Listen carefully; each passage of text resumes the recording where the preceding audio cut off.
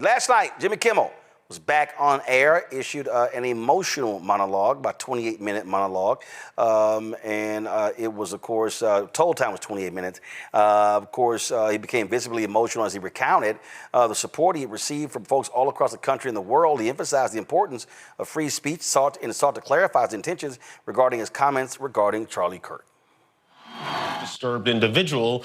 That was really the opposite of the point I was trying to make, but I understand that to some that felt either ill-timed or unclear, or maybe both. And for those who think I did point a finger, I get why you're upset. If the situation was reversed, there's a good chance I'd have felt the same way. I have many friends and family members on the other side who I love and remain close to, even though we don't agree on politics at all. I don't think the murderer who shot Charlie Kirk represents anyone. This was a sick person who believed violence was a solution, and it isn't. Ever. And also, selfishly, I am a person who gets a lot of threats. I get many ugly and scary threats against my life, my wife, my kids, my coworkers, because of what I choose to say. And I know those threats don't come from the kind of people on the right who I know and love. So that's what I wanted to say on that subject. But I don't want to make this about me because, and I know this is what people say when they make things about them, but I really don't.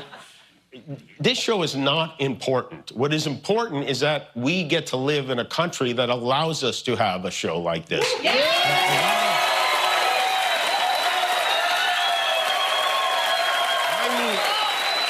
I've had the opportunity to meet and spend time with comedians and talk show hosts from countries like Russia, countries in the Middle East, who tell me they would get thrown in prison for making fun of those in power, and worse than being thrown in prison. They know how lucky we are here. Our freedom to speak is what they admire most about this country.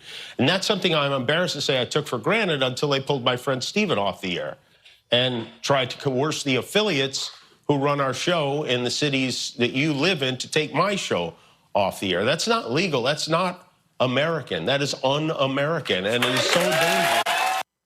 Now, the White House has spent lots of time claiming, oh my God, they had nothing to do with this, that that this was really all about Disney. Really? This is what the twice impeached, criminally convicted con man Donald Trump actually posted on his ridiculous little Truth Social. I can't believe ABC fake news gave Jimmy Kimmel his job back. The White House was told by ABC that his show was canceled.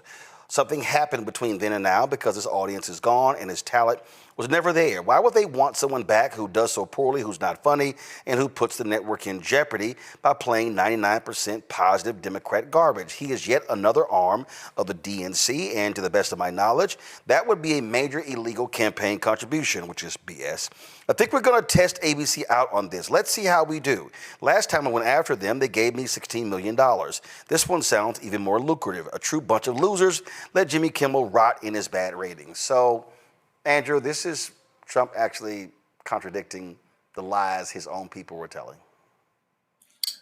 Yeah, how does he say that he had nothing to do with it, but then he says, well, let's try to get some more money out of them for doing it? It makes absolutely no sense. And then this stream of consciousness, which is clearly a trademark when you know that he's actually the one tweeting, is something that at this point, I don't think that anybody is taking this seriously except for the right. But the problem that we have here is now Jimmy Kimmel, in the clip that you just showed, seems a little bit scared in watching his words, because I've watched him in the past, and he usually is very confident in the words that he's using.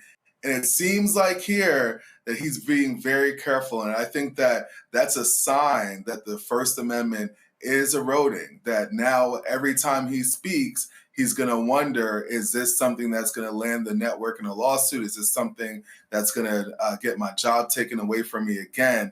And I think that all journalists and comedians, because that's what he is at the end of the day, he's a comedian, that they're going to all, on national television, they're all going to start changing. They're going to start changing their act.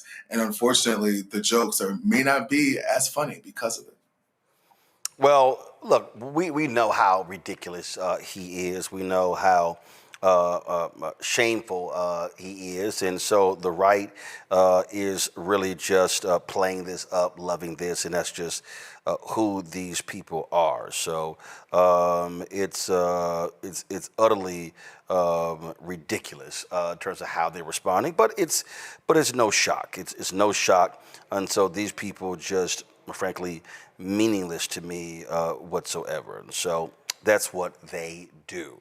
If you want to talk about stupid and how petty, childish, sophomoric Donald Trump is, so this idiot has now unveiled this portrait, this row of portraits, and it really is despicable.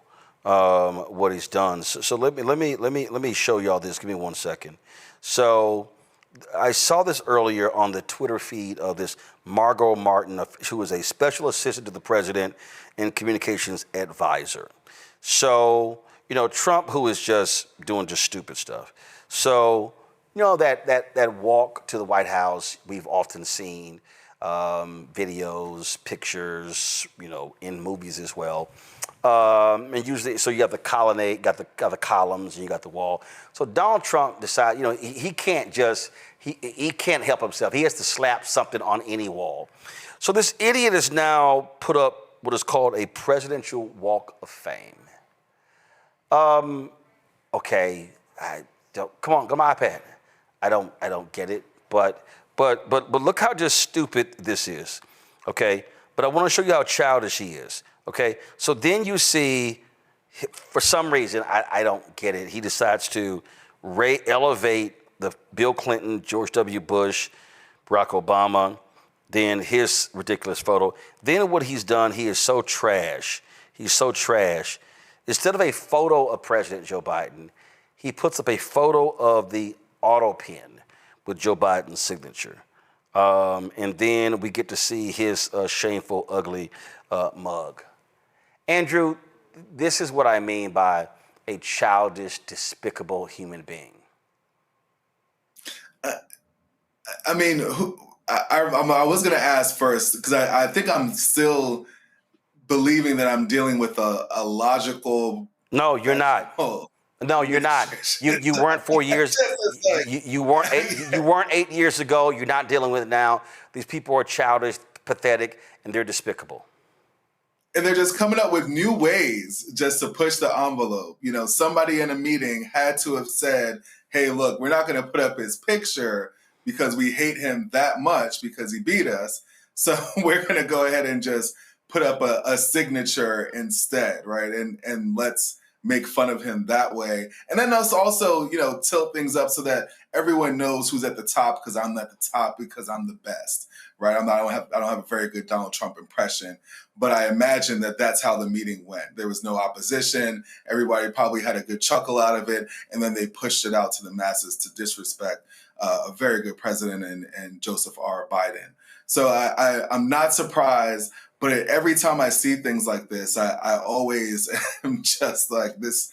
They just keep pushing the envelope further and further away from being professional and from being actual politicians and government officials that we can actually take serious. Well, we can't take this one serious. Hello, I'm Isaac Hayes III, founder and CEO of Fanbase, and I'm here with a very important message. We are at a turning point in the Black community where we must have equity in the apps we use that scale to billions of dollars.